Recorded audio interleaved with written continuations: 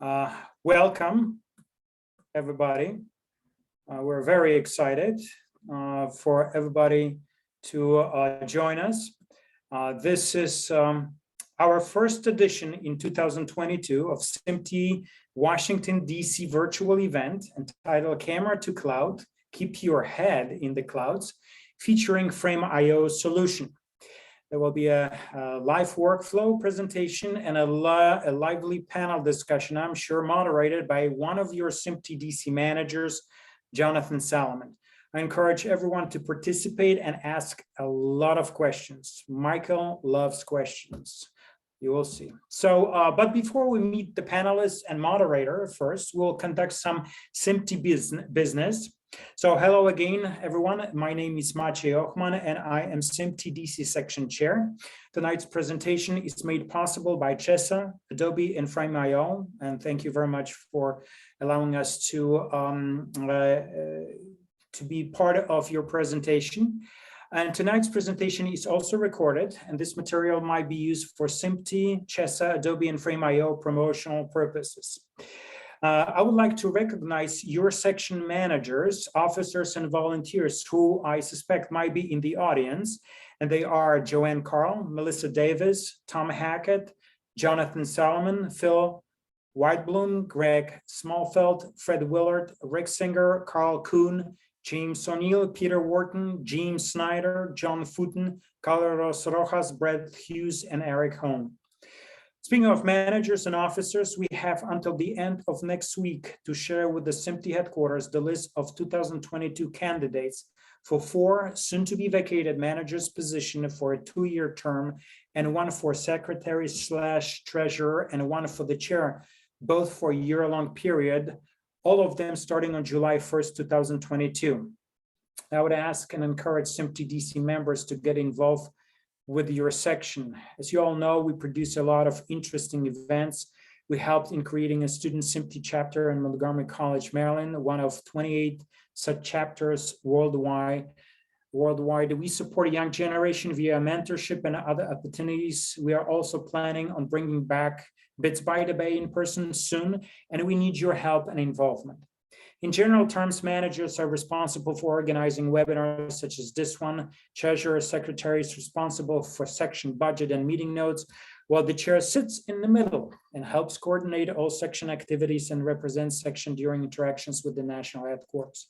And as managers, we always discuss all aspects of media technology, from standards, business aspects to what's next in media tech, and bring that not only to SMPTE DC members, but to larger audiences as well. And this is an exciting time to be in media tech. So if this sounds appealing to you and you feel like being more active, please run in the elections and send us a note or inquiry to managers@smtedc.org, which is posted in the chat.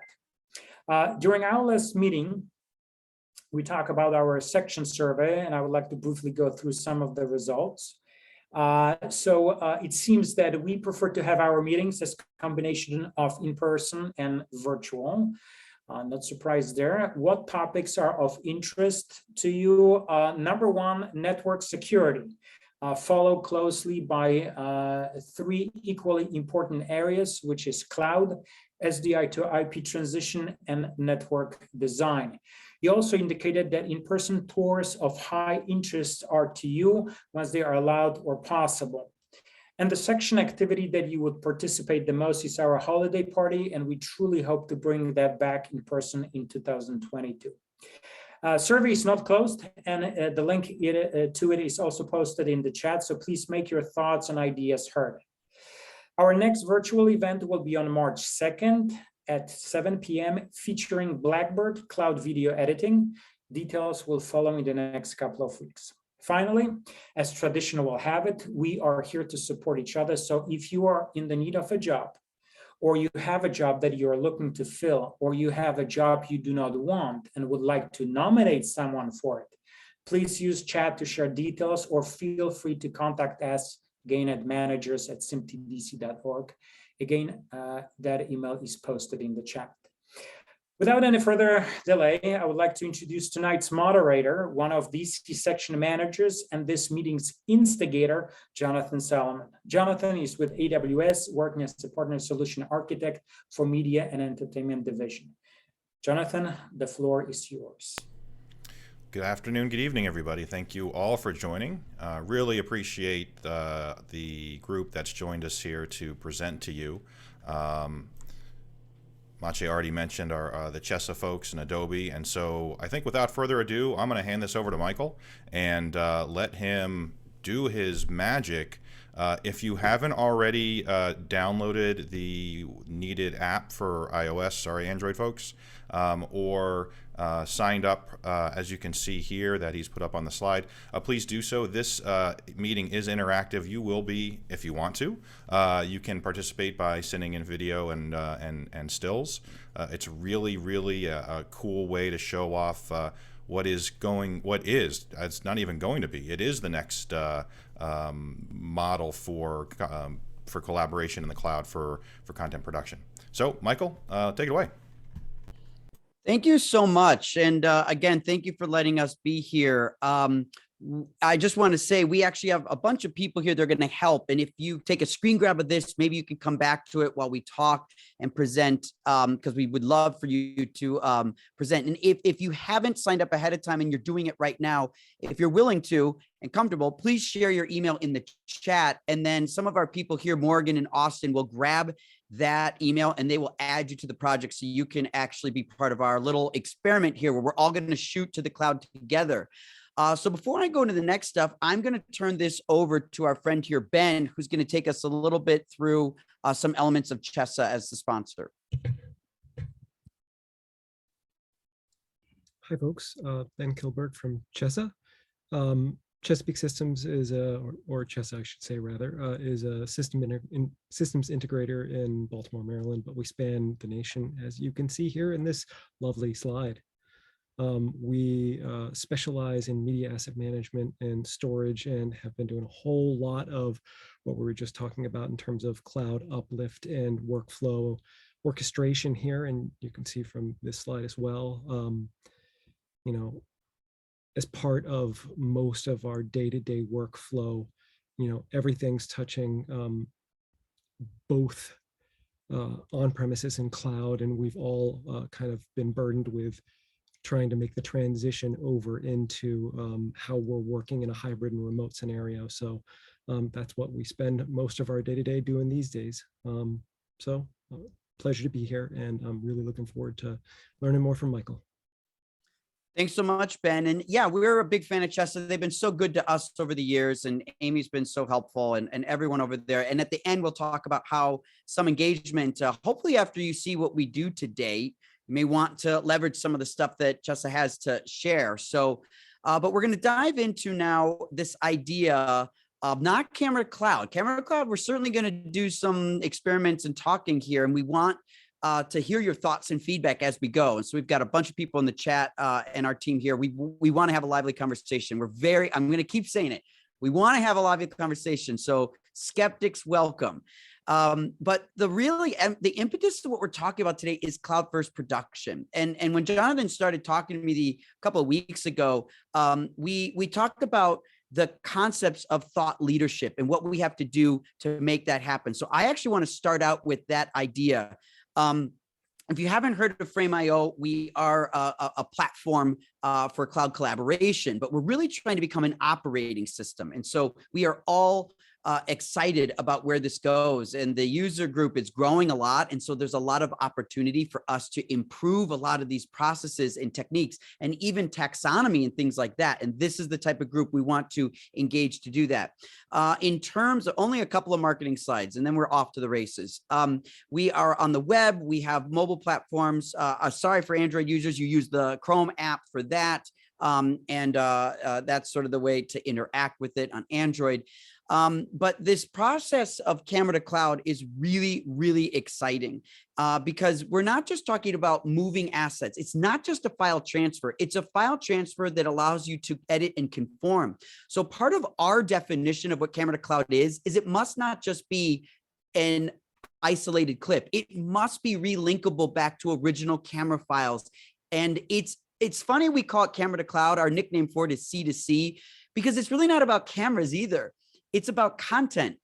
An asset going to the cloud for collaboration is an audio file. It's a document. It's a set of metadata attributes. It can be a script. All of these things are all about centralizing this together. Cameras just kind of sounds good, and it's the easiest to wrap your head around because video is hard to move, and PDFs are easy. So this is a little picture of where we started. We're not quite 1 year old. We're getting close to our first birthday with this product and process. And we've got some stuff to look forward to at NAB when we all see you at NAB, because wink, wink, we're all going to see each other at NAB, right? Like, this is happening. It only happens if we make it happen. So we got to make it happen. All right. So the next question I like to ask is like, why does the world need C2C? And this is a very serious slide. So please understand that I'm being extremely serious here. Cookies. The reason we need camera to cloud is because you don't even want to wait for cookies to come out of the oven, right? Like, they're so good that you'll burn your tongue getting them as quickly as possible. You go to Disneyland, waiting in line. It's the worst. You don't want to see that 40-minute wait for the line. Like, why do we need lines? It slows us down. It creates anxiety. And the last thing movie makers and filmmakers and broadcasters need is to wait for a drive from FedEx. Why does the world need C2C? Humans hate waiting. That's it, plain and simple. We are anxious, and anxiety is contagious. And I think that was a Jonathan you said that yesterday, like, anxiety is contagious, and we don't want people to be anxious about waiting for media. So camera to cloud is all about reducing anxiety by increasing creative control, by expediting the assets to get to you. So where this actually gets serious is this, and I really want everyone to kind of dive into this conversation here, because this is really important. The word cloud first, I wasn't the person that invented it. I heard it first from another person named Bill Roberts. And the idea of cloud first is really what we're after. And hopefully you're after it too. Today, everybody uses the cloud in their workflows. There's no question. We're all using cloud in our workflow. But the question is, what slot do you use the cloud? Which step in a workflow do you actually use the cloud? And what we're trying to do is move the cloud earlier in the process. When you write an email on your phone, for example, you're generally using cloud first. It's really close to cloud first because you're typing it and you send it and it's in the cloud and it's distributed. That's an example. But when you're doing a lot of production work, there is a download process, and there's a drive transfer, and there's a shuttle, and then there's another download, and then there's a dailies. And then after that, step 6 or 7, sometimes that gets pushed to the cloud. What we're talking about to activate cloud first requires a 10-year roadmap. Our estimation is it's going to take 10 years. Today, we rely on shuttle drives to get media to you. Sometimes that's FedEx, sometimes that's SneakerNet, but you're often getting media on a drive. So in order to do cloud first today, we've engaged an external proxy upload. So we're using an external box. The box we use today is a Teradek Cube Model 655, and we're recording a proxy because we need a small version of an asset to make use of LTE bandwidth to publish that file to the cloud. Since it matches file name and time code, we can relink to the original camera files later. But to start, we have an external device capturing a proxy.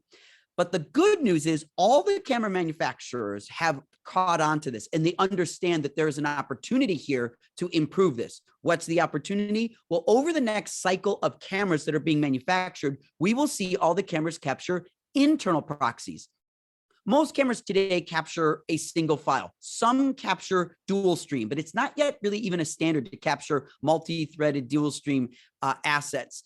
And so what we're going to see by 2026 is internal capture of proxy files alongside the original files at the same time. So where this goes is now the big step is, how do we get to the original camera files? Well, somewhere between the year 2026 and 2028, that's when we expect to see a tipping point in which the bandwidth that's available globally is going to increase to a point that it's high enough that we can start to move raw files. We can also move raw files in chunks, meaning we can start uploading a file the instant it's being creative. In other words, if a file is, let's say, a terabyte an hour, or 2 terabytes an hour, you don't have to wait for both terabytes to be generated before you can start moving that asset. It can start uploading take after take, shot after shot, while the shot is actually being created, and move it in smaller packets. So internal raw file uploads will start to happen once we see Wi-Fi 6,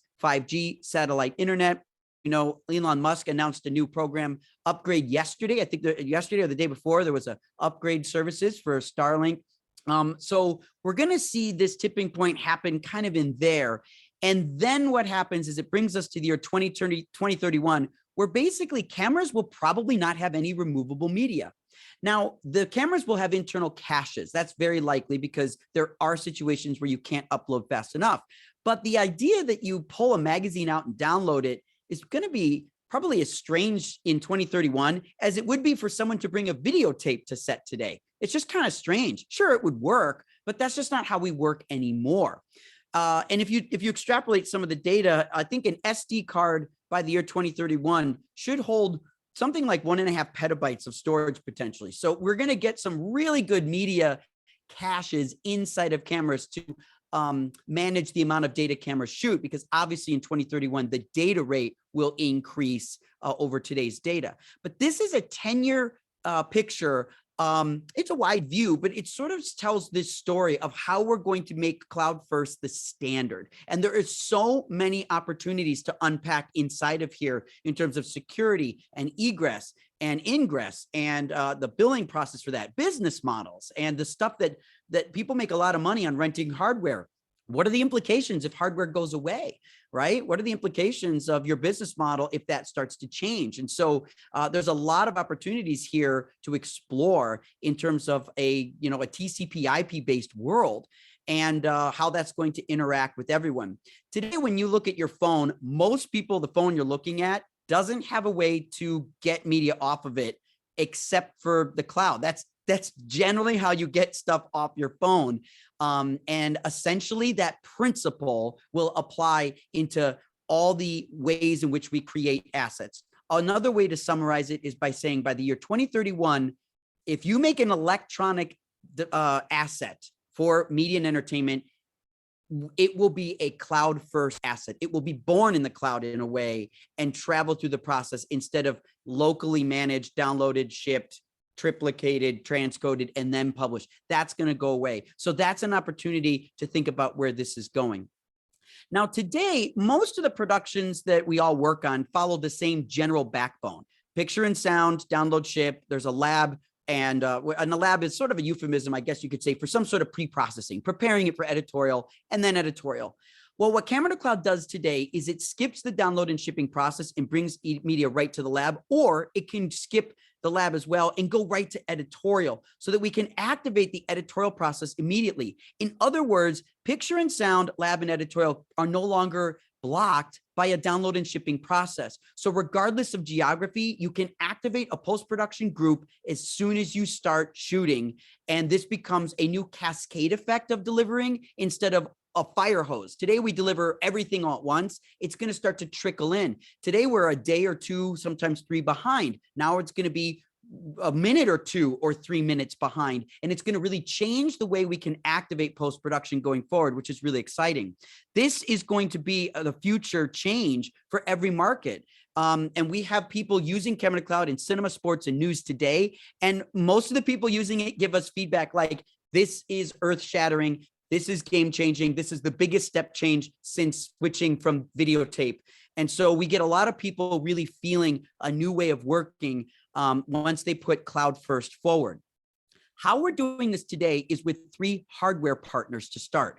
In hardware, we have teraDEC as our video partner, and that is the Cube 655, which takes an SDI connection. It captures a 1080p AVC file, somewhere between 0.5 megabit up to 15 megabits. So you kind of have your decision on how big the files you want to be. And that will automatically be the bridge using the Frame.io API tunnel that publishes those assets directly to Frame.io and distributes them automatically. It is a total background task, which is necessary for the way in which our teams work. Then in the audio world, we have Sound Devices and Aton, which are the first audio field recorders that can capture uncompressed linear PCM audio and transmit that audio directly to the cloud. So you have picture and sound going to the cloud automatically and then self-publishing. In November, we actually released a new program called C2c Connections, which opens up our API for software devices. So now instead of just embedded systems, you can have tools like Colorfront or Pomfret, which can publish LUTs and CDLs, Zoe Log, which is a camera reporting app, Magic Viewfinder, which maybe you downloaded now, which is a Viewfinder tool, and now they can publish directly into Frame.io. The point here is that we're not just trying to create a point in which all these devices plug into Frame.io. Some people that can be misunderstood. We're not trying to be the center of everything. What we're trying to do is actually, with our APIs, it allows everybody to connect to each other.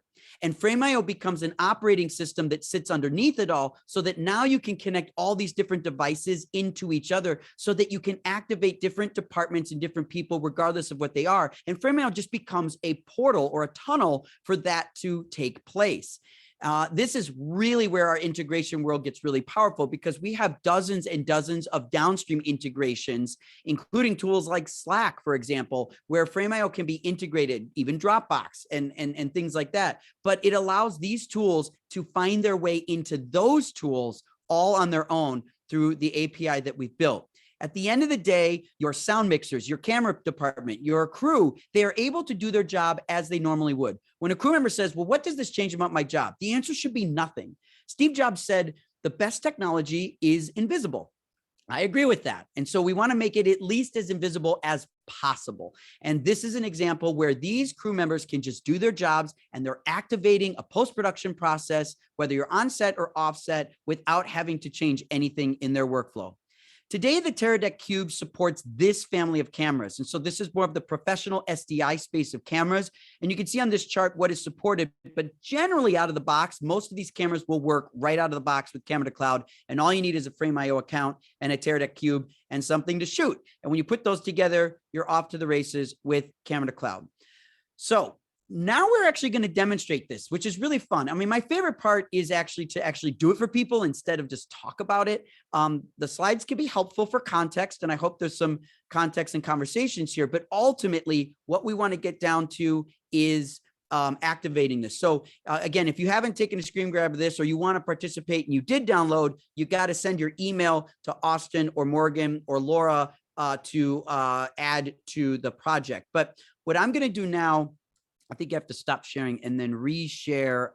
So I'm just going to share my whole screen here. Okay, so what I'm going to do is switch over to Safari. And so Safari is going to be Frame.io. So here I'm in Frame.io, and we have this directory called Cloud Devices. Now, the camera that you're seeing with me on Zoom is a red helium. So I've got that hooked up to a Teradek Cube, and then above me, I have a microphone that's hooked up to a Sound Devices 888. So I am shooting dual system, separate picture and sound. And so right now, I'm just going to hit record on my camera and sound. This is Michael coming to you from a hotel in Burbank. Do not judge the decor. And I am sending a file to the cloud and sending it to all to you. And I will cut. And I can see someone's already uploading assets, because that's cool, because we're actually activating each other. So I see a date folder built itself, which is automatic. I can see there's a stills folder and audio and video. Our Camera Cloud API will separate categorically, so it knows what's a video asset versus an audio asset. So if I go into my audio asset, I can see this is my Sound Devices 888, and here is the audio file being uploaded right now. And now I can click on that file and I can play it back. This is a WAV file. So you can see this is a linear PCM actual WAV file that is inside the cloud. And sound. This is Michael coming to you from a hotel in Burbank. All right, we don't need to hear that again. So we go back and we can see we have a video asset here. That's my A camera. And we can see it's published my A camera, and it's got the clip name. Although it's MOS right now, it's got the clip name and the time code. So if we look at the time code stamp here, I shot this at 4:28, and I can play that back, and I have that as well. But while we're watching this, I want to shoot a second take just so you can see how fast this happens.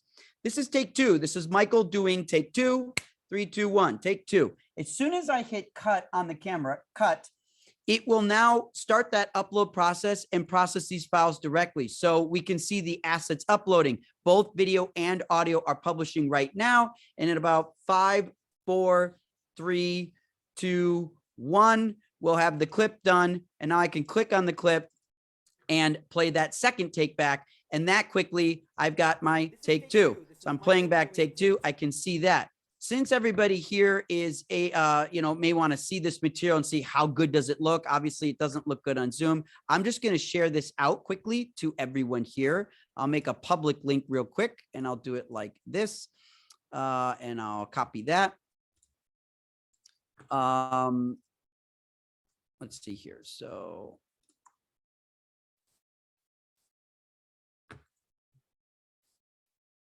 Sorry, I was in the wrong folder. One more time. Let's share this, and we'll go like this, and we'll go like this. All right. So I'll go into the chat, and in the chat, I know there's probably other people in the chat here. If you click on that, you can see some dailies right there instantly. So you can actually look at the file and see the quality. So I've got picture and sound. I can also go into Premiere Pro because Premiere Pro has an extension that we call the Frame.io Premiere Pro panel. So I can actually navigate into Premiere Pro, and from within Premiere, I can see my video assets here. So I could grab those, and I can now bring those right into Premiere from the cloud directly. So here comes my video assets, and then I can go to my audio assets. And once the video comes in, I can click into the audio assets that I grabbed. And again, these are multi-channel WAV files. So these are I think there are 3 channels. I have 3 channels of audio going. And so I can bring in the multi-channel waves. And inside of Premiere, because I have the Premiere Pro panel and I have a timecode jam solution, I'll just really quickly grab these. I'll make a multicam, move these over there. And that quickly, I've got 2 clips in here. And now you can see I've got picture and sound. Hotel in Burbank, do not judge the decor. And I've got take 1 and I've got take 2 here. This is take 2. This is Michael doing take 2. And you can see it's 3 channels of audio, and I maintain the clip name and the time code so that these files can be relinked back to raw files. And of course, where's the raw file? Still in my camera. I haven't downloaded it, and I'm already in Premiere putting together an edit. So if I grabbed an edit here, and I trim this down and I bring this here. This is not a very good edit, admittedly, but if I go back to my root folder and I make a new folder and I call this edits, for example, edits, I can click in edits and I can upload my active sequence right now. And I can now kick off a media encoder background task, and it will start publishing that back to Frame.io. So you can see Premiere made this edits folder, and in a few minutes, we'll see an edit pop up into Premiere Pro as we do this. Now, this little button right here called C2c Connections. Oh, this is exciting, Austin. You're gonna like this screen. Look at that. There we go. This is Austin actually built the code behind all this. 8,000 lines. That guy in the hat with long hair. There you go. You wouldn't think it was possible, but it is. Basically, we can see everybody here that's joining with their Magic Viewfinder, which is cool. So I can see all in my little dashboard here, who is connected. So how is that going to work? Well, what I'm going to do is actually show my phone. So if we look at my phone here, I can see here this little app called Zoe Log. Zoe Log is a camera reporting app. And so this is how ACs can make camera reports in the field while they're working. So you can see all the takes, you can see the rolls they're on, and there's a little share button at the bottom. And at the bottom of that, there's a Frame.io integration. So what I can do is hit send and watch what happens to Frame.io. A new category appears. It says camera reports. And so I can see, oh, there's the Zoe Log report. And if I click in there, I can see a PDF asset of the Zoe Log report. I could also include things like spreadsheets and text documents as well. In fact, I'll resend that. And here I've just added, after the fact, I just published a spreadsheet and text file as well. So you have the ability to publish a lot of assets this way. Again, instantly shared through a camera report this way. I also have the app. We'll go back to my phone. We have the app Magic Viewfinder. If for those of you that have not set this up, I'll do it. But Magic Viewfinder is a viewfinder app, so it shows the millimeter. You can see my setup right here. Here's my cube and my 888. So you can see their setup there.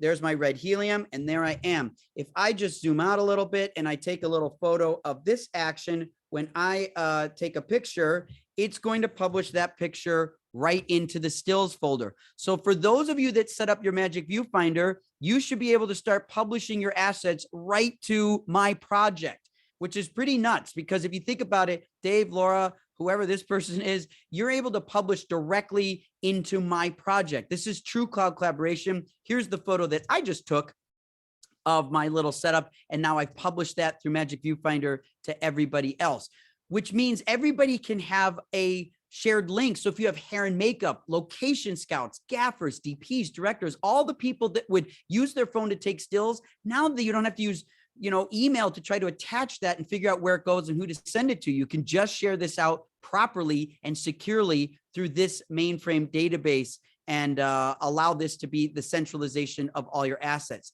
Everybody that logs in, if you're logged in, you can open up Zoe Log and shoot a picture here. If it won't let you, that might be because we didn't bump everyone up, but I see other people popping up. So I think maybe Laura Morgan is getting everybody bumped up. And then if you turn on, I see someone else just turned on right there. Then it would allow more of these assets to get published. What's cool about this is we are able to now publish directly to each other. See, here's someone else who just shot something. You can also shoot video by swiping on the stills icon, and it would actually show it as video as well. So you have the ability to kind of see both. So this is a really, it's the only technology in the world that allows you to take an iPhone, shoot a still or a video. Hey, here, this is cool. I can see, I think I'm going to see myself. This is very meta. There I am right there. Look at this. So this is a good example of someone, nice guitars, nice photo. I like this. It's very good. This is a cool example of how powerful we can do that. Someone shot another image. Here we go. Peter. Thank you, Peter. Very good job. And look at this. This is cloud collaboration. The experiment is working. Like, people are actually shooting assets, and those assets, dog. Awesome. This is like, it's like a surprise. Like, what are we going to get? Nice kitchen floor. I love it. The dishes are done, man. I love it. This is so cool to kind of see all of these populating together. So this is where collaboration can hopefully be. Dave, what did you do? You always do something fun. So let's see what Dave's got real quick. Dave's got, is it a drone? What is that? Is that a camera that you throw? Yes, it's a camera you throw. Of course, the Insta360. Nice. Love it. There you go. A nice shot of a red. Cool. Very cool. And let's see, I think one more person, two more people. Kelsey. Awesome, Kelsey. Thanks for playing along. Oh, another dog. It's just portrait. I can't rotate it, but I can see your dog and your LaCroix. You're a big fan of LaCroix. You're very trendy, Kelsey, but we're okay. And then we've got someone here that did it. Cool. Books or DVDs? What are we looking at here? This is so, I feel kind of creepy. I don't mean to be. We got games and videos galore. Nice. Very nice. I love it. This is cool. I mean, look, we're getting to know each other here through this process. So look at this. Everyone here basically just did something almost no one's ever done before. You just centrally collaborated with each other. Remember, I said this isn't about just connecting to frame. It's about connecting with each other. And you have the ability to do that. And if we weren't friends anymore, I can just kick you all out of the project because I have the security to just delete people to do this. So Dave, when I'm sick of Dave, I'll just kick him out of here, right? So we have the ability to manage the security, and I can even import these files inside of Premiere, because remember, in the Premiere space, I got to move this, but I can't. There we go. In the Premiere space, we have the same ability to look at it here. So if I go into stills, I can start seeing the same assets here, and I could go in and start importing Kelsey's dog photos, right? So the ability to start working with these assets becomes possible across the whole platform. So it's a really powerful solution. It's a video. Kelsey shot a whole video. Thank you, Kelsey. Pretty cool. And so these are all attributes. So now I can put the dog inside the edit, right? So like that quick, Kelsey, you have never delivered a video file that quickly. And so now there's a dog in the edit, which is kind of fun because let's just do one more experiment here with this crazy thing. If I go back to edits, what I could do is export this again. And I could cut out my first take. Say, we don't like my first take, but we like Kelsey the dog. So what we're going to do is we're going to hit upload, and we're going to upload the sequence, except now we're going to make a new version. And so it's going to upload this into Frame.io, and it's going to make what's called a version stack. So if I go into edits, it's going to start publishing the new asset and put the new asset on top of the old asset. So it's uploading right now automatically into Frame. You should all be able to do this. If you log into your Frame account on your desktop, you should be able to see what's going on right here in this process right now. So let's see, Premiere is almost done, 70%. And once that's finished, we'll have our second asset here. Hopefully you just saw, I know that was like an F5 tornado, but hopefully you just saw all this activity going on about total collaboration. And because we were doing it at the same time, it gives people the opportunity to kind of react together. Look at this. We've got our V2 here. So now we have two versions of this. So if I click on this asset and I do a side-by-side comparison, I now have my version 1 on the left. I have my version 2 on the right. Take just so you can see how fast this happens. This is take 2. This is Michael. I'm going to kill the audio because we don't need to have it, but I've got 2 versions and I can actually see the variations now between version 1 and version 2. And these were edit outputs from Premiere. I mean, we shot stuff, we loaded it back into Frame, we imported in Premiere, we did an edit, and then we revised that edit. You could even go in, everyone could go in here and even make a comment. And if we said, in fact, since it's Kelsey's dog, Joshua Thomas, thank you so much for the comment there. Really appreciate that. We love the encouragement. Let's see here. This would be Kelsey. What is this pup's name? And then just in case Kelsey wasn't sure what I was talking to, I'm talking about this dog right here. This one right here is the one I'm referring to. And so Kelsey, you can go in if you want and actually respond. You can reply to my note there if you want to go in and actually see it. So this is collaboration at work. This is the power of total collaboration kind of happening all at the same time. So let's see, where does that leave us? Where that leaves us is I want to talk about one more. Well, I should pause for a second here if I need to address some stuff. So someone help me out here. Do we got chat questions? What do we got here? Well, Austin's been doing a great job of answering our questions as they're coming in. Please put those in Q&A if you need to. So I think you can keep going. Although I think one thing that would be good to talk about is where these are stored with regard to each person's account, so to speak. Right. Very good. So essentially, all of this is part of the S3 empire. And this is where Frame.io is hosting its material. Everything is encrypted, and everything goes through TPN certification and SOC 2 coding rules. So we abide by that to ensure that we are really, really tight. Plus, our securities team is like all about ensuring their security. I saw a note pop up. I just want to know, Andrew, high quality dog here. That's right, Andrew. I'm going to give that a thumbs up. I like it. I like it. So yeah, S3 is where things live, but everybody's central to S3. Obviously, Frame.io is a cloud native app. There's no local app for it. It's all in the cloud access. So you can get this wherever you particularly want to physically be. And I should also point out something really interesting, Jonathan. Everything I'm doing right now, because I am in a hotel, is off of an LTE hotspot. I am not using the internet to do this. I'm sorry, I'm not using the Wi-Fi to do this. I'm using an LTE hotspot. And that's part of the importance of this process, is making sure that things are able to be done over hotspots, because that's where production people are going to work. Speaking of where people are going to work, we're going to go to an office today of a friend of ours named Tom Frenetti. Tom is a videographer for the Golden State Warriors, and his team discovered Camera Cloud last year and started changing their entire workflow to go around it.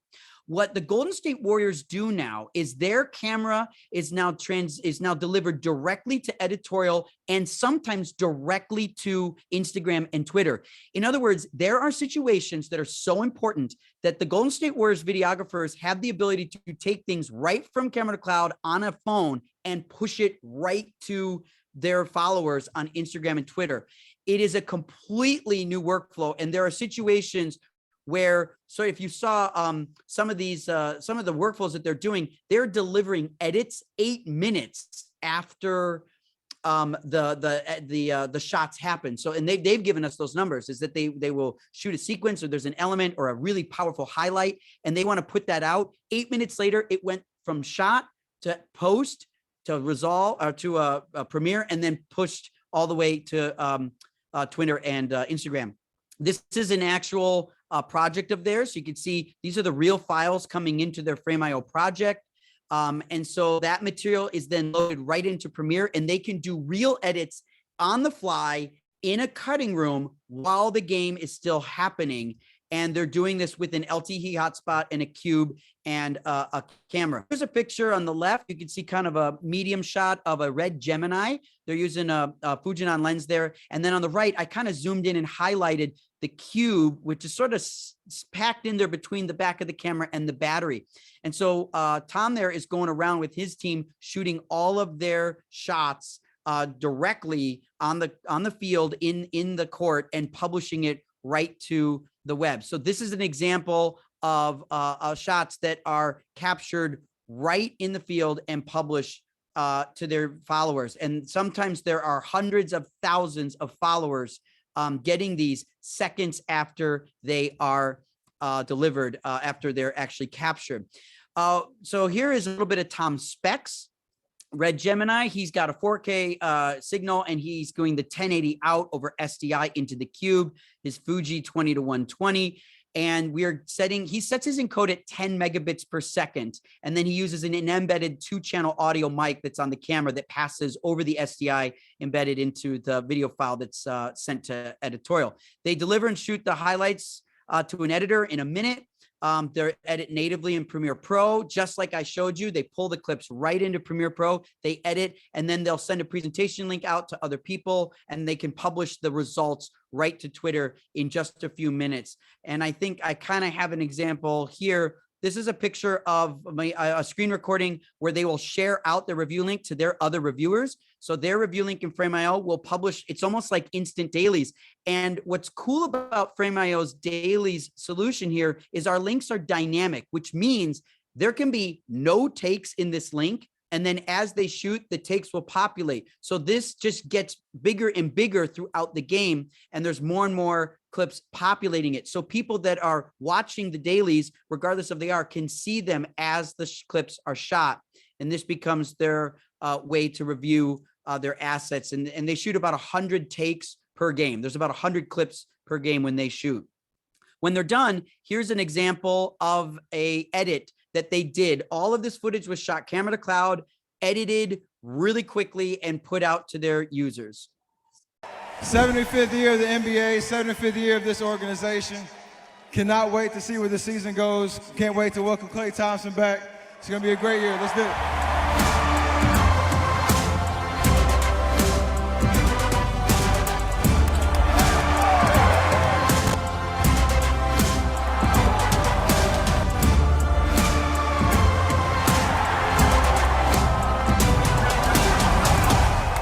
So that gives you an example of what is possible with this type of stuff. And it's for cinema, sports, news. This is something we're really excited about. We're all going to be doing the cloud. There's so many opportunities to discuss about how to make the cloud first workflow real for everyone. We know it's early. Shooting directly to the cloud is early, but Frame.io, we're proud to report we have about over 1,600 productions have shot to the cloud this way, and we just crossed 200,000 takes uploaded through these little Teradek cubes. So we're proud to see that much engagement so far.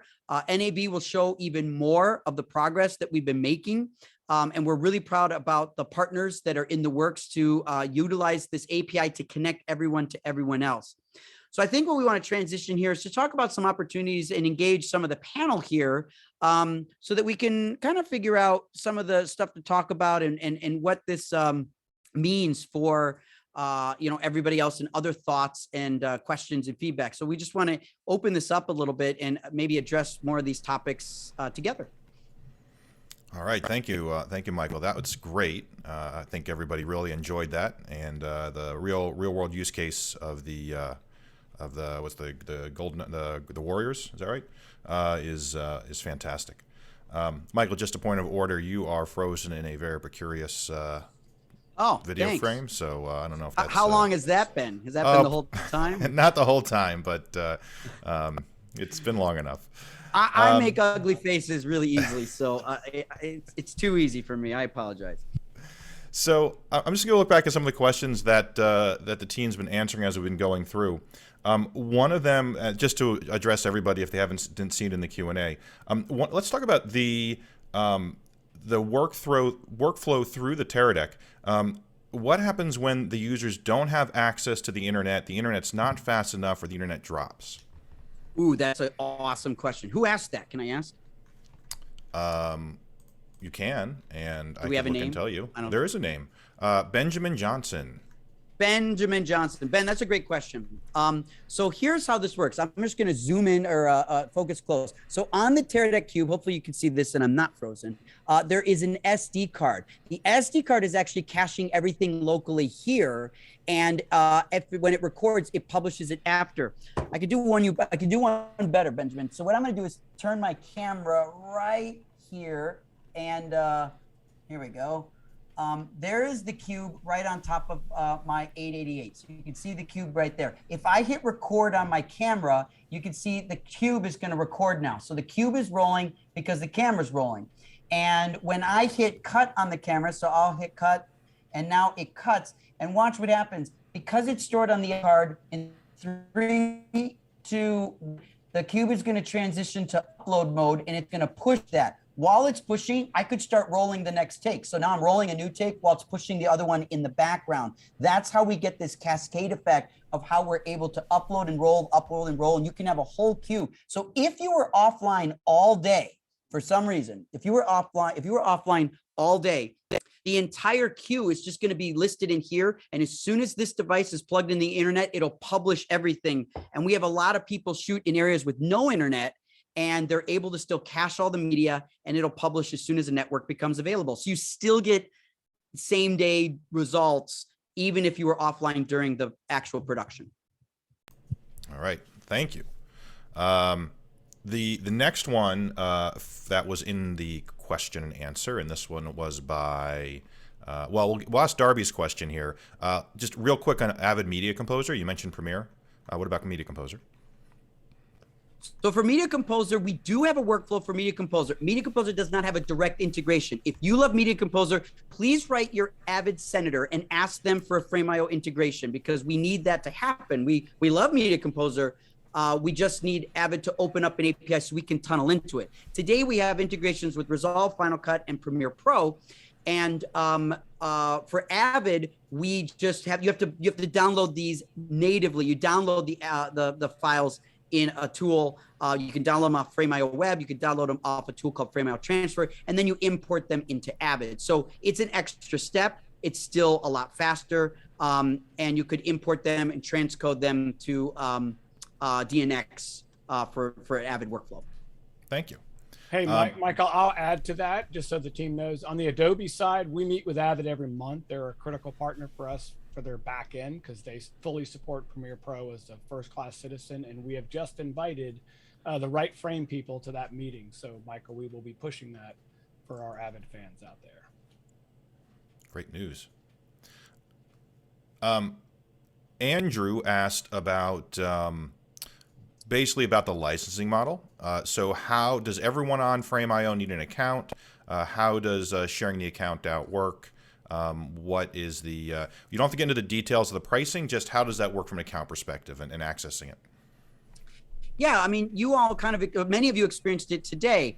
I own the paid account, and I invited you into my account so you could publish into it. But most of you probably just had a free Frame.io account. Frame.io only charges for people that upload. And because I invited you to my account, you're grandfathered into that ability. So a free user can still participate in a large account. And so if you work for a studio or an agency that has a Frame.io account, your free account is accessed through them by being invited into the project. And then you can be uninvited when the show shuts down. But basically, we want people to keep their accounts open. And if you keep a free account going, you're good to go. And you just get invited into teams and projects and shows as you go through. Sort of like you keep your Gmail account on. You don't turn Gmail off. You just leave it on. And then when you're on a show, you get added to Gmail threads and stuff. And then when that show's over, you get new threads, right? And so that's sort of how Frame.io in a way works. All right. And then I think the last question we have right now, before we do a real panel discussion here, is from Laura. What kind of connectivity do you need? You mentioned LTE. So how about for a larger file, like a 30-minute interview, much larger files, a little bit about that? Bandwidth needed. So the files that I sent you, and I hope you got the files so you could see them locally on your own screen. Those are 3 megabits per second. 3 megabits per second is what I consider a good balance between quality and speed. If you feel the quality is good enough, that's a reference for you. If you want more, bump it up. But Laura, what you're looking at with 3 megabits per second is equivalent to about 1 gigabyte per camera hour. So now we have easy math, right? 1 gig per camera hour at 3 megabits per second. What that means is if you shot an hour interview, if you had a 10 to 20 megabits per second upload, that would upload in about 6 minutes to 12 minutes. So an hour interview would only take 6 to 12 minutes to upload based on your upload speeds in average LTE environments. If you had 3 megabits up, it would take an hour, right? It'd be real time to upload an hour footage if you had only 3 up. The good news is LTE bandwidth and 5G bandwidth only goes up. Basically, bandwidth only gets better. Tomorrow, bandwidth will be a little bit better than today. It'll never go down. So these arithmetics, as I mentioned at the beginning, will have a tipping point probably around 2026. That's when you're going to see global bandwidth really shift towards pretty high speed. In Los Angeles, I can walk around, and I am a nut for doing speed tests on the street. I can run into speed tests on the street and get 40 to 60 megabits up all the time. It's very common here. But I was in Berlin not too long ago. I was only getting 5 to 15 up in Berlin. So different cities, different states, different countries are going to have different performance based on, telecom companies' processes. But satellite internet is going to help ubiquitize that quite a bit, add some more competition, which is really good. And telecom companies, so we like competition, or some of us do. I don't know about you, but I like it. And so this is an opportunity to really think that if you're dealing with, I'll summarize it this way, Laura, if you have 10 megabits up, you're golden. If you can make a phone call, you can shoot camera to cloud. If you have 10 megabits or better, nobody's going to be waiting for this stuff. Even a 30-minute interview, 3 minutes for waiting a 30-minute interview, not bad, given you can barely download a 30-minute interview in 3 minutes, right? So this is really, really exceptional speed advantages. And we're not talking about crazy fiber uploads. That's not what I'm doing. I am not joking. I am literally using a hotspot, and my hotspot's right there in the corner. That is a hotspot with a little extra antenna on the top. That's all I've got. And it does the job. Hey, Michael, can I just ask a question? Because I have one myself. So this has got an Ethernet port on the back, which is what I use. Any reason if you were shooting a basketball game at a school, you've got Ethernet, near you and you're on a tripod, or as the person just asked, you're doing an interview. Any reason why not to use Ethernet if you've got it? I mean, you've solved the bigger problem first, which is let's do it on the go. But if you have a wired connection, any downside? Great point. If you have a wired connection, go for it. The only time wired connections get in the way is if you're not aware of a firewall that the mainframe of that building or that hotel or that place or that school has put in there. When you have a firewall, sometimes you can get a heartbeat. So you get what looks like an active IP address on this. You think everything's good, but the video's not publishing. That can't be solved until you might find an IT person to help you get a port open to make that happen. That, when you're trying to set up and the game starting, is kind of a bad spot to be in, which is why I always tell people get an LTE hotspot, because that won't happen. But even with an LTE hotspot, good LTE hotspots also have Ethernet ports on them. And what that means is you don't need to deal with wireless video that's RF, right? You don't have to deal with the Wi-Fi signal getting in the way, because now you're using radio, because you're using a cell modem, which is not going to interfere with the same frequencies as some some camera accessories are going to be competing for Wi-Fi space, and that can sometimes get in the way. Cell phone companies are designed for having 30,000 people connected to them. Wi-Fi networks are not, right? So sometimes if you're describing a basketball game, being on a cell network is better than a healthy Wi-Fi network, because the Wi-Fi traffic you can have full bars and no performance, right? That can happen on Wi-Fi networks. I suppose we could talk about upcoming 5G and private 5G endeavors into venues, but that might be a little too deep for this point in the call. But I think you can trust that that's coming. It's coming down the line. So there's a couple questions tied in there. I'm gonna tie it to one into one. Remote versus studio, right? So you showed kind of like what you were doing in remote with the mixer and the camera. Does that change for studio? So I'll ask that one first. How does that change for a contained space, maybe a long-term setup, an ongoing shoot? You'd have to be using the Scorpio. Would be probably the most common device in a studio space. The sound device is Scorpio, and the sound device is Scorpio has a Dante port, which allows you to connect to a board, right? Because they're going to want a board with that.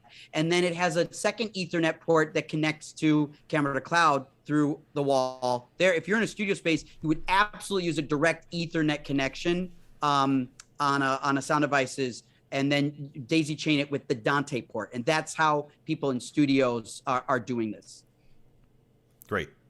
That's what you're talking about. You're talking about audio application, right? That's what you said. I think it was audio and video, but it would be the same, right? I think it would be, to your point on the wired connection, if you're in a contained space for a particularly extended period, you would connect these devices over Ethernet. Nothing else changes in the model, correct?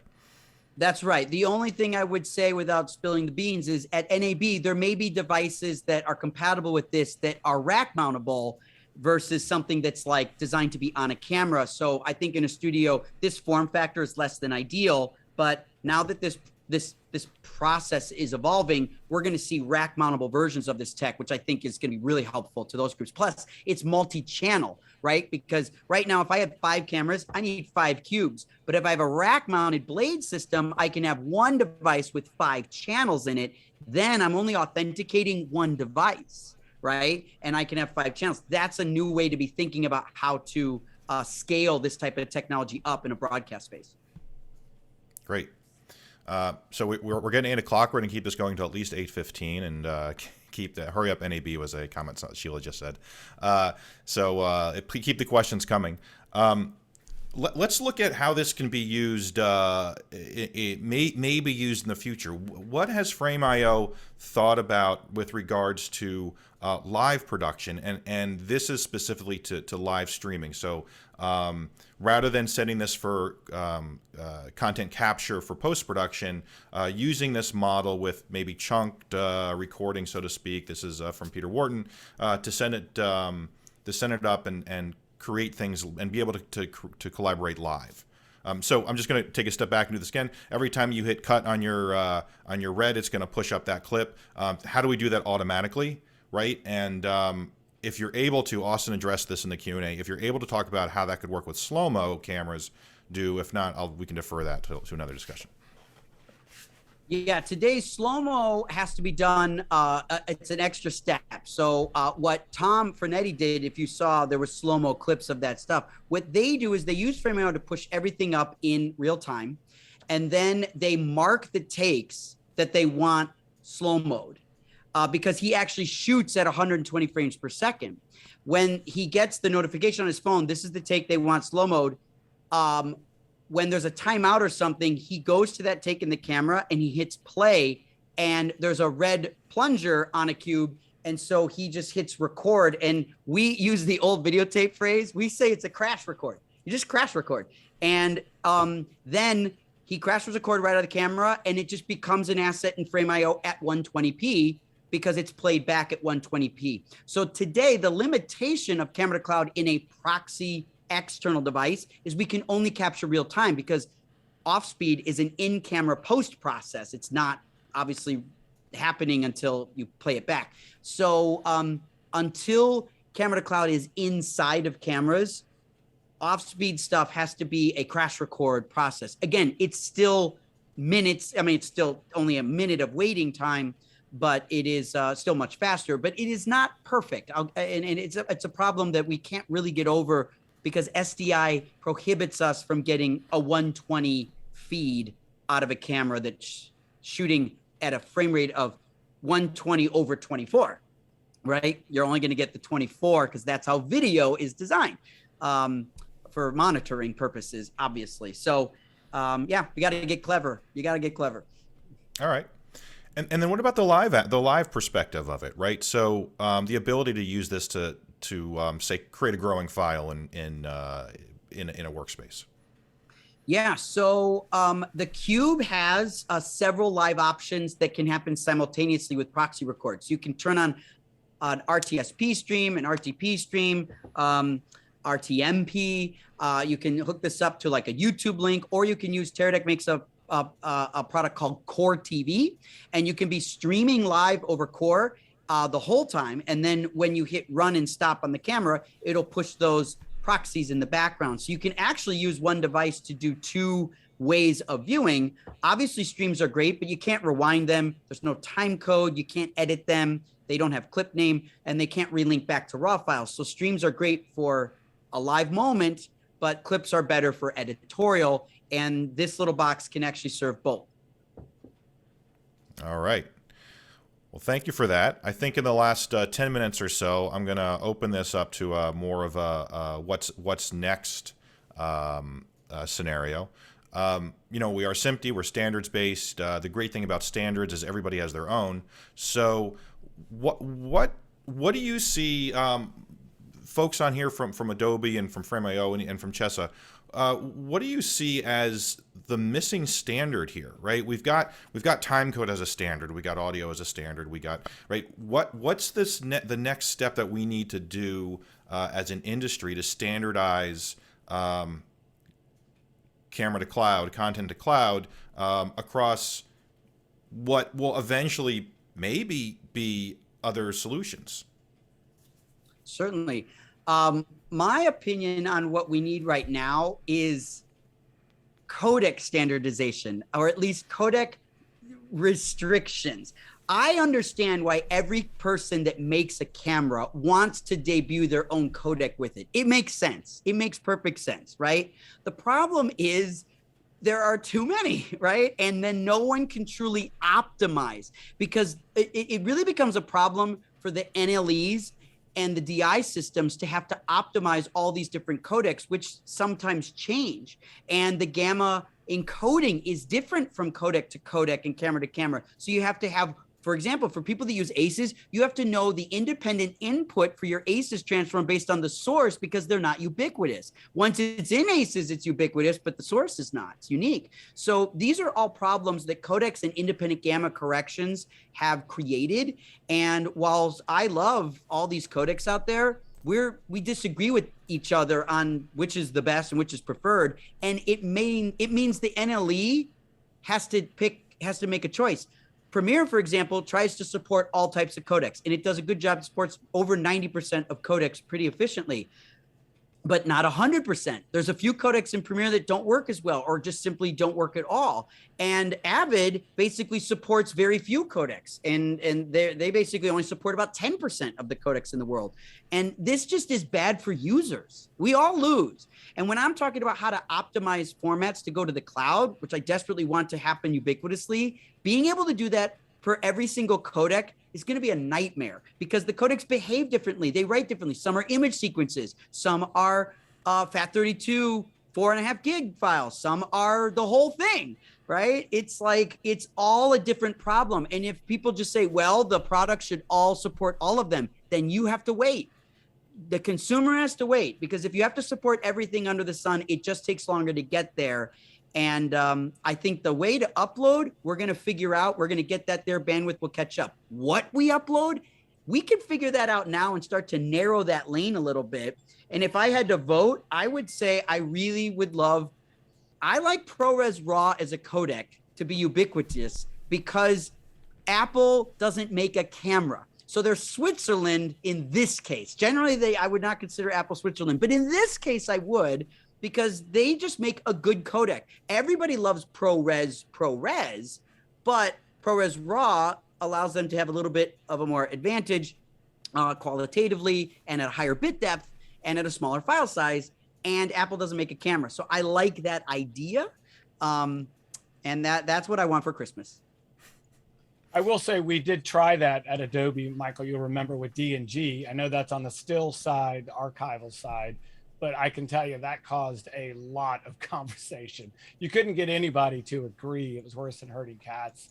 So that's the first thing SMPTE could help, to Michael's point, is to get people at least to the table and say, we know not everybody's going to get what they want, but we need a happy medium that meets the minimums. I did have one that comes up all the time, and I'm sure Morgan's got a few on her mind too, and that is monitoring remotely.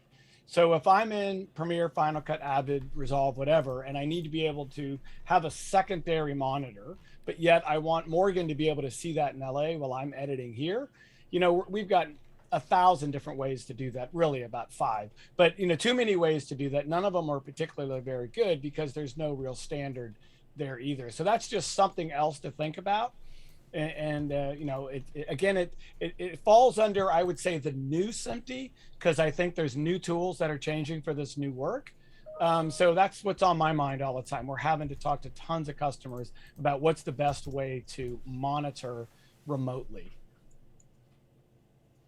Yeah, as far as my wish list is concerned, I would also say native in-camera support would be fabulous, and I think a necessary move in the future. I think that would really open up, you know, a lot more market opportunity.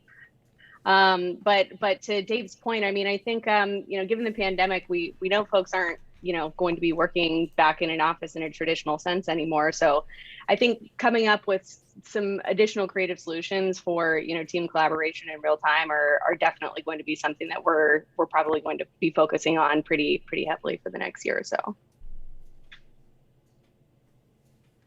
So perhaps working off of that, perhaps this camera to cloud model and this this remote monitoring model Dave talked about is those may be something that the industry could help out and then pass down to our enterprise friends for better video conferencing, of course. We have a few more minutes, and thank you for all the questions that have come in and the comments in chat. They're doing great. Of course, Peter always with the innovation of the Apple iCamera getting released in November. I think he's joking, but yep, great. Thank you, Michael. We'll get to just let me put one more question out on the round here, and that is, do we think that this is in its infancy, right? I mean, it's in a year old. C2c is a year old. You have some great customers. What's the hockey stick on this? Is it going to go? Is it 2023 that this is going to take off, or is it going to be dependent on network connectivity, 5G? I think it's going to be a little later than that. Yeah. I think it'll be after we see. I think Starlink is going to be a big deal. There's a lot of companies now starting to push the satellite network stuff, and we just don't know exactly coverage, upload, and pricing. The problem with the cell phone carriers right now is they have unlimited data. We all hear the commercials, unlimited data, but you all probably know your unlimited data is throttled after a certain number. So you could upload 50 terabytes at 1 megabit a second. It's like, I can't do that, right? So the problem is they don't have an easily accessible enterprise class for media professionals to be able to have unlimited data without throttling, which we would pay for if they gave it to us, right? Like we would pay for it. Like my cell phone bill is, I honestly think it's a fair price. What I use for it, and I pay $100 a month, I pay $106 a month, and I feel $106 of worth. But I get throttled if I try to use my phone as a hotspot, or if I want to put a SIM card in here. there's some throttling issues, and they need to just pull that away for media professionals, because we'll pay a premium if we don't get throttled. And if they don't figure that out, the satellite companies are going to win our business. So it'll be interesting to see who does that, because we just want bandwidth that's unrestricted. That's what we want. We didn't say we want it for free. We'll pay for it, but we don't want to be throttled, and we want the best network available. So that is still several years away, and I think we need that. Plus the cameras. I mean, if it's going to take 3 years to build a camera with this stuff in it, 3 years to get the network up to speed, that's where the hockey stick really starts to go. So I say 2024 to 2026 is where we're going to start to see this going. And 26 is going to be a hot year to 28. That's going to be the period where I think this becomes a standard, and the Luddites will even start using it by 2028. Any other comments on that? Great. I would agree 100%. I mean, the phone companies never like a good fight. Everyone else does. And I think the phone companies at this rate, as Michael's point, are going to lose. There's business to be won here, and Starlink and others will come totally see that. So that's a good point. So if you think about it, I mean, we're all, as consumers, we're already used to this type of workflow. Think about it. We can take Instagram live stories. We're already kind of shooting camera to cloud in a certain sense. Why haven't we decided to adopt that exact same workflow on the pro side of things? I think, you know, part of the reason behind that is maybe we're just desensitized to it. We're like, oh, maybe we should consider doing this. I think, you know, one of the most compelling arguments for the Golden State Warriors example of camera to cloud is the fact that they're able to publish in, what is it, Michael, 2.5 minutes, 3 minutes direct from court to the cloud. We now call it court to cloud. So, I mean, as far as the overall turnaround time, that in itself is a huge benefit. So Michael might say 2026. I'm hoping for sooner, but perhaps I'm just being optimistic. I think there's probably still a whole lot more fiber optic cable that needs to be run everywhere in order to accommodate the bandwidth and to build the lanes in the highway. Yeah, and there's some options for non public sites coming. Private 5G is a real thing. It's coming, and so there's definitely something where you could go onto a set that. And set up a private 5G network and do all of this with existing hardwired bandwidth and still have your mobility of the cameras. It's coming. I think if you think about the telcos are going to have to be driven. If you think about 2 years ago, nobody would have thought about remote anything, remote editing, remote production, and they're forced to, and it opened a lot of people's eyes. So the consumers, the users are going to be pushing it. All right, we're hitting 8:15. I think as you're rolling into the call to action, Michael, there was a question from Laura about the best way for a small production company to prep for this. How can they best get ready? I assume that would apply to any production company, but if you want to take that on as the last question, and then we can see the next slide. Yeah, I mean, that's a great question. Look, this is not financially designed for the high end. It is really designed to be ubiquitous. These tCtoC cubes retail for $2,000, so they rent for like $200 a week. So they're really affordable. Cameras, cinema cameras, all over the place work. They're easy to get a hold of, and then the modems you can just use. This is just a Netgear modem you can get in an AT&T store, and this works. I use this all the time. I'm just about to put in the chat. Sclera. Oh dear, what did I do? Sclera Digital. I think I have to hit stop here to send this. Sclera Digital. That's a friend of mine, Willis. He rents LTE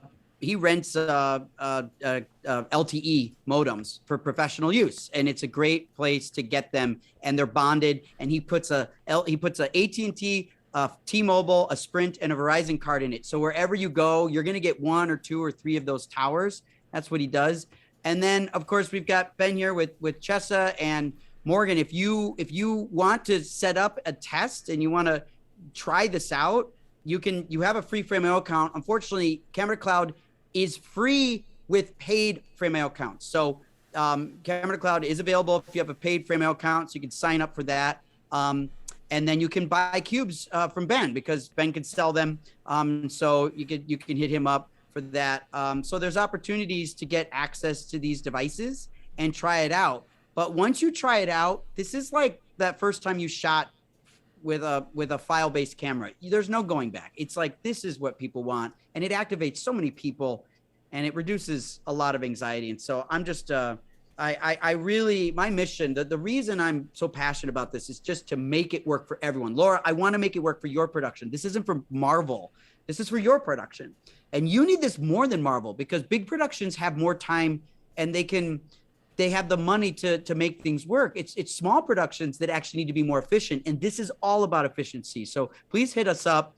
My email is michael@adobe.com, and you can always email me too. We'd love to help you out with a proof of concept to get you going. I am a drug dealer. I will get you hooked on this drug, and I will do that at my expense. The first hit is free, Laura. And then after that, then you're on your own. You can beat up the line producer later, but we'll get you hooked up. All right. Michael, thank you so much. It was really great. Great to see the interactivity from some of our attendees. Plenty more information. If you, Michael put his email in there if you have any questions.